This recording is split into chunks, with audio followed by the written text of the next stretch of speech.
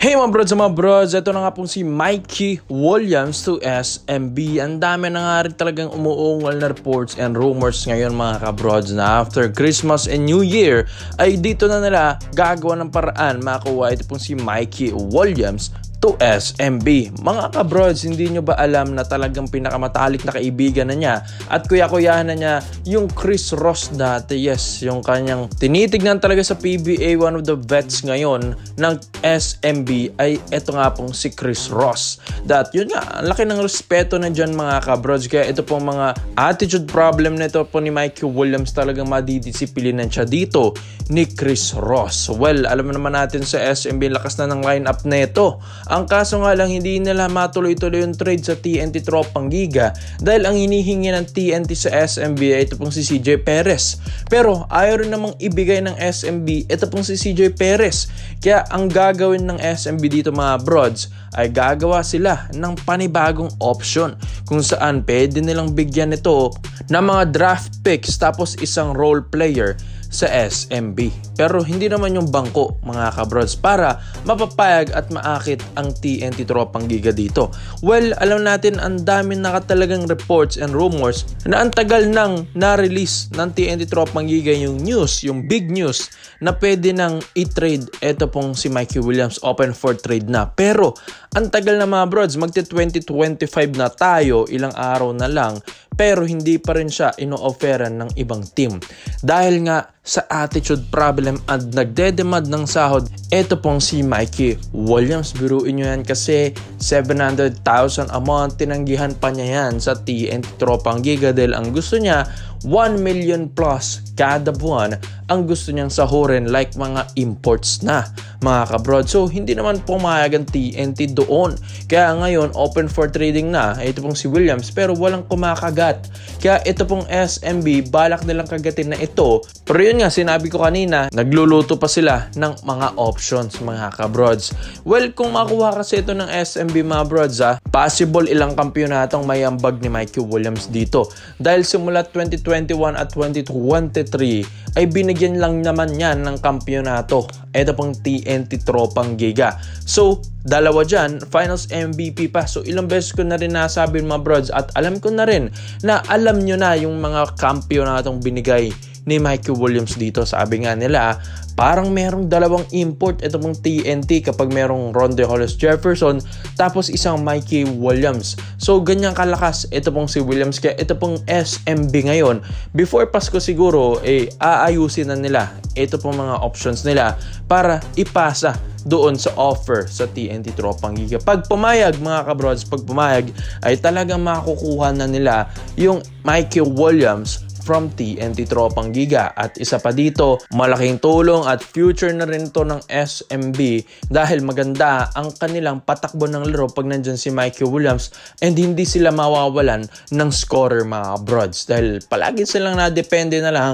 kay Junmar Fajardo. Pag na-injured si Junmar, hirap na naman manalo ang SMB. Kaya nga, di ba, papalit-palit sila ngayon ng imports tapos ngayon, coach na, di ba? Bumalik si Coach Leo Austria nang wala sa oras kung saan consultant na nga siya dyan, di ba mga brods? Tapos bumalik na naman sa head coach. Kaya itong SMB ay maganda ang magiging boost nito sa laro pag makuha nila ito pong super scorer na Mikey Williams na MVP caliber pa sa PBA. Kaya komento mo lang nyo dito mga brods at iisa-isaya natin yan, Mikey Williams to SMB.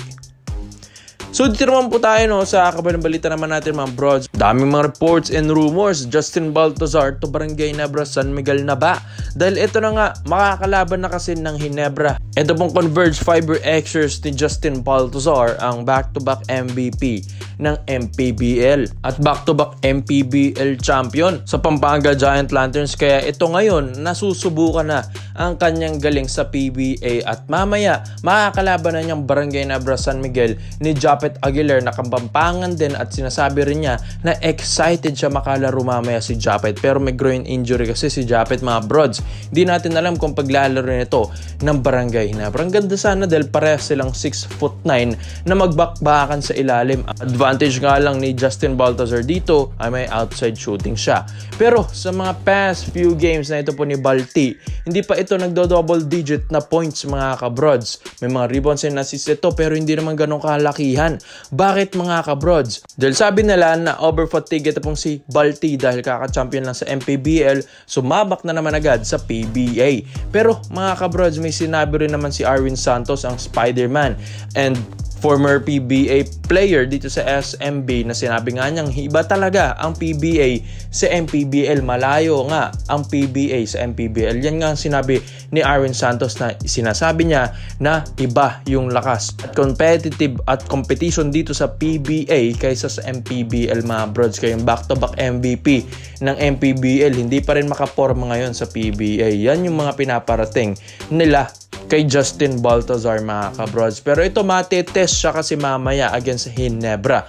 Pero alam naman natin, may ibubuga naman ito pong si Balti. Hindi nga lang siguro maka-adjust pa ng maayos dito sa sistema ng Converge Fiber Xers. Pero may mga ilang reports din tayo mga brods na kapag ito pong si Justin Baltazar ay hindi pa rin talaga maka-adjust, tapos ganyan pa rin mga performance na binibigay niya, baka dito na nga magtataka ito pong Converge Fiber Xers, and malay natin baka i-trade nila ito in the future. Dahil mga kabrods, isang taon lang din kasi yung pinirma nito ni Baltazar dyan sa Converge Fiber Xers. Malay natin maging pambansa ito or lumipat ng ibang kupunan. Dyan talaga sila nagtataka na bakit isang taon lang ito pong max contract na ito po ni Baltazar sa Converge. Kaya dito na umuungol yung mga ibang reports and rumors natin mga abroads na ito pong si Balti baka lumipat na ito agad ng SMC next year. It's either mga Ginebra, SMB or Magnolia Hotshots mga kabrods.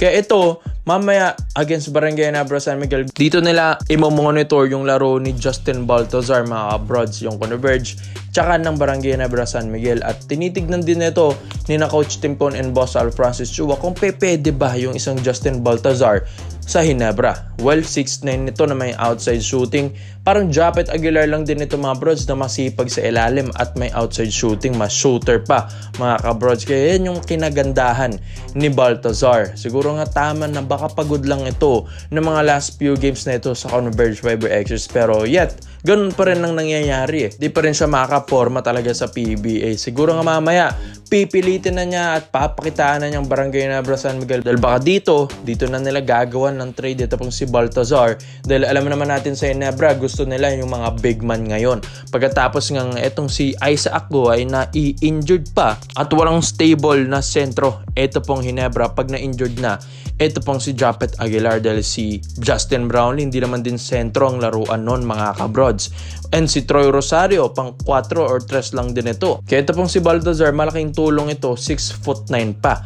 Kaya ikaw mga brods, komento mo lang yan kung ito pa bang si Balti to Barangay Ginebra San Miguel ay babagay ba siya dito, at dapat bang ituloy ito ng Ginebra after ng contract niya sa Converge Fiber Xers. At sinong yamado mamaya, Converge ba o Ginebra? Kaya komento mo naman mo dito mga brods, at isa-isa natin yan. Salamat po sa panonood mga brods, at this is Overrated Highlights lang. I'm out.